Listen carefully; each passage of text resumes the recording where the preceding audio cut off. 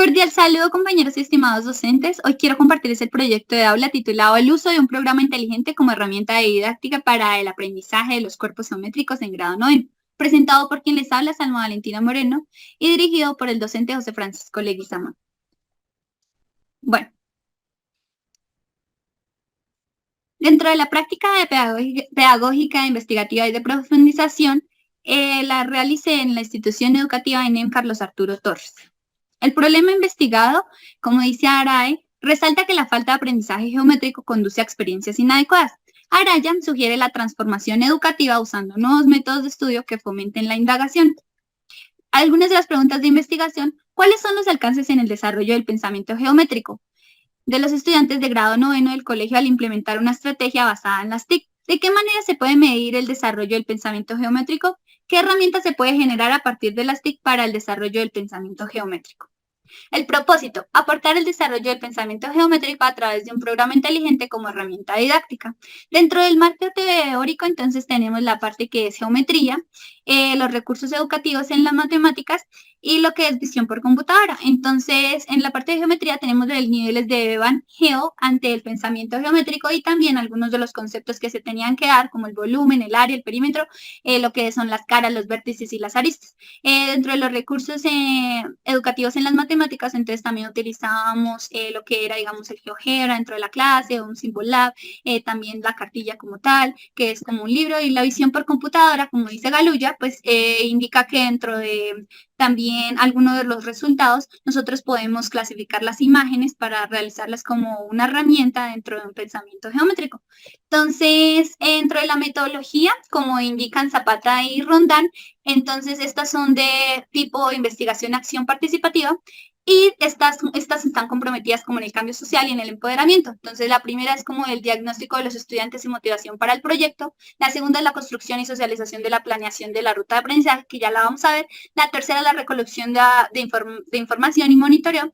La cuarta es la celebración de logros y socialización de resultados. Dentro de la muestra, entonces, tenemos el 75 estudiantes de edades entre los 14 y 17 años, con un 3% de estudiantes cursando el grado por segunda vez.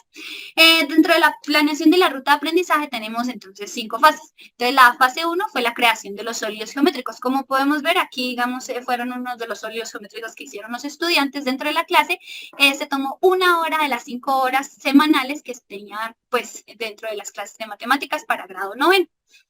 Dentro de la fase 2, entonces, se abordan los conceptos relacionados con los sólidos geométricos, como ya dije antes. Entonces, en algunos era como los sólidos, hallar las áreas, el volumen, los perímetros, y también en ayuda de esto, pues, la cartilla dinámico, cuarta edición. La fase 3, entonces, la evaluación del conocimiento sobre el tema. Entonces, ahí se les realizó como una pequeña evaluación, donde pues uno resaltaba algunos aspectos importantes que se habían dado dentro de la fase 2. En la fase 4, entonces, fue la aplicación del pensamiento geométrico con el uso del programa inteligente.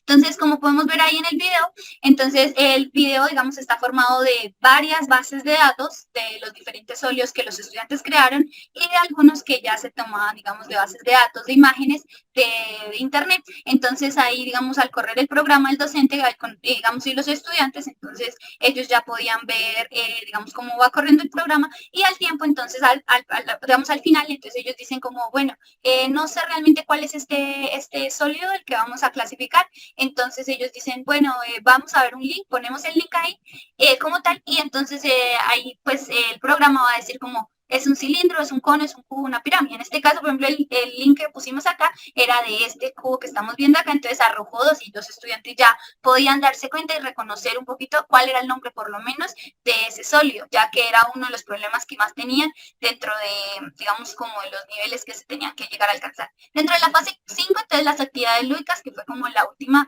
fase que se hizo, digamos, las últimas actividades que se hicieron, que eran, digamos, realizar como lugares, mímicas y algunas otras cosas.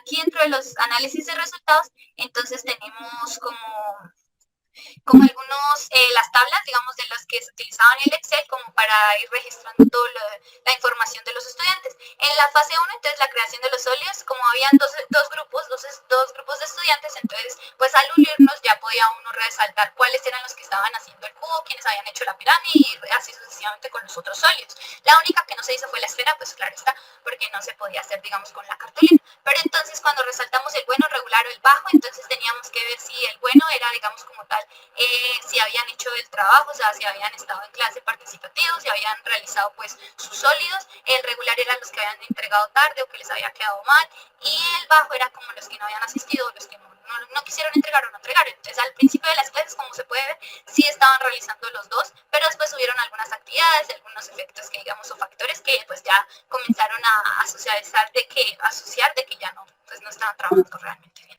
La evaluación de grado noveno, entonces fue en la fase 3, que pues entonces cuando se hizo, es como se puede ver, se resalta que esta evaluación quedó como en básico, los estudiantes quedaron en un nivel de desempeño básico, pero pues entonces pues quedaron bien con, digamos, con los temas, pero pues necesitábamos que de pronto subieran un poco los porcentajes para superior o alto.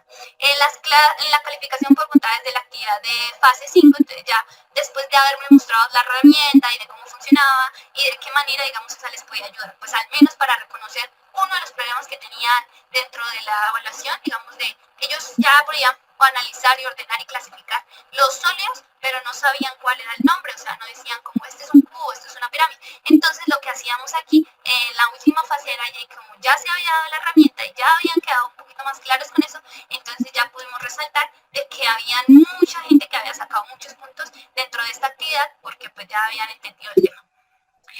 Los resultados de las calificaciones obtenidas en geometría también, entonces dieron como tal, digamos, todos los resultados, todo lo que hicimos, entonces se dio cuenta todavía que había un básico, pero ya habían más gente de pronto en los niveles superior y alto dentro del nivel de desempeño. Dentro de las conclusiones, el estudiante adquirió habilidades, destrezas y capacidades para comprender el pensamiento tridimensional, entonces algunas de las habilidades fueron como reconocer, explorar, comparar, establecer y descubrir esos sonidos geométricos.